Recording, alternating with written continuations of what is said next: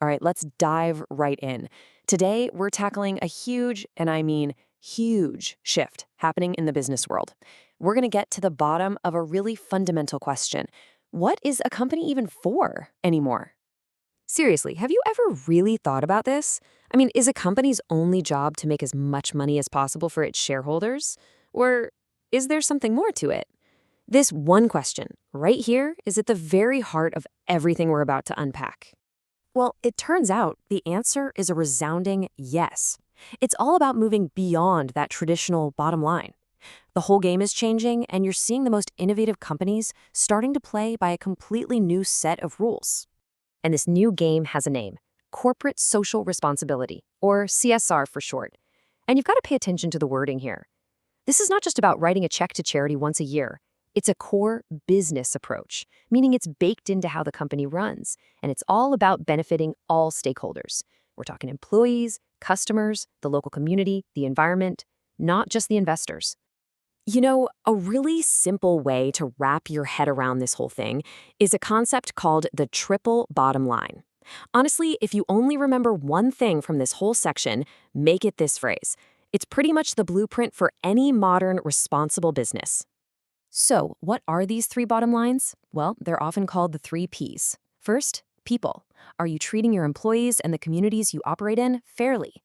Second, planet. What's your environmental footprint? Are you being a good steward of our natural resources? And third, profit. And this part is absolutely crucial. CSR is not anti-profit. A company has to be financially healthy to do any good in the world. The whole idea is that these three things aren't in conflict. In fact, doing good for people and the planet is what will actually drive sustainable, long-term profit. And listen, this isn't just some abstract theory. Let's talk about what this looks like on the ground in the real world. We're talking about tangible actions, things like ensuring fair wages and safe working conditions, actively building diverse and inclusive teams, and having an ironclad commitment to human rights, which of course means zero tolerance for things like child or forced labor. It's a complete human-first way of thinking. But you know, a great policy on paper is, well, it's just paper, right? It's useless without the right people actually calling the shots. And that brings us to the leaders who are really steering this change. And yet, there's a name for this new type of leader too: globally responsible leadership. Notice how that definition sounds familiar? It perfectly mirrors that triple bottom line we just talked about: people, planet, and profit.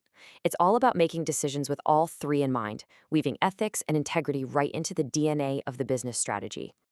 And this chart just lays it out so clearly. On the left, that's the old way of thinking, laser focused on maximizing profit, decisions coming from the top down, and always chasing short-term goals. But on the right, that's the new model, a much broader focus on all stakeholders, actually talking to them, and building a sustainable vision for the long haul. It's a total paradigm shift. At the end of the day, it really just boils down to this. It's not about glossy reports or fancy ad campaigns. It's about genuine, authentic action.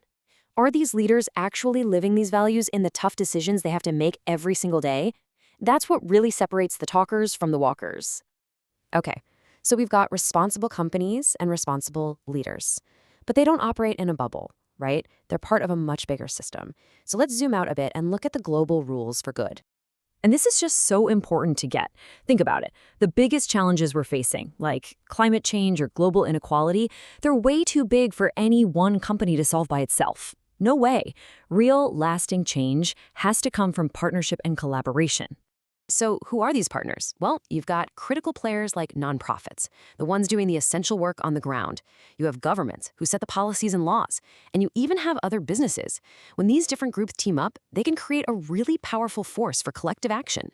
Now, to make sure all this collaboration actually works, you kind of need a shared rule book, right? So everyone is playing by the same set of rules. That's exactly where global standards come in.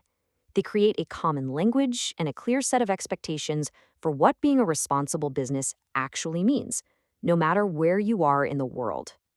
And we're not just talking about some vague ideas here. These are major respected frameworks, things like the UN Global Compact, or ISO 26000, or the OECD guidelines. These are the heavy hitters that provide super clear guidance on everything from human rights to environmental impact, and they really help hold companies accountable on a global stage. Okay, I know what you might be thinking. We've been talking about massive corporations and global standards, and it can all feel a little abstract, a little distant. But what does any of this have to do with you? Well, it turns out you have an incredible amount of power in this equation, and it's right there in your wallet. So let's just ask the question directly. In this massive, complicated system of business, ethics, and global impact, where do you fit in?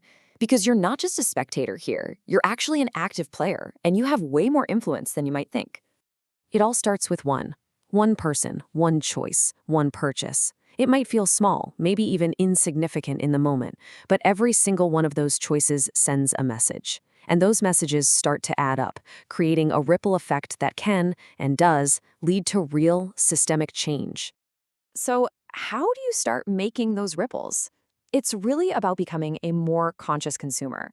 Before you buy something, just take a second to think about it. Do a little digging and choose to give your money to the companies that are actually walking the talk on CSR. And don't be quiet about it. Use your voice, whether it's on social media or in your community, to support the kind of ethical business practices you want to see more of in the world. And really, that's what this all comes down to. Every dollar you spend, every brand you champion, it's a vote. It's a vote for the kind of world you want to live in. So the final question isn't just about what companies are going to do. It's about what future you are going to choose to support.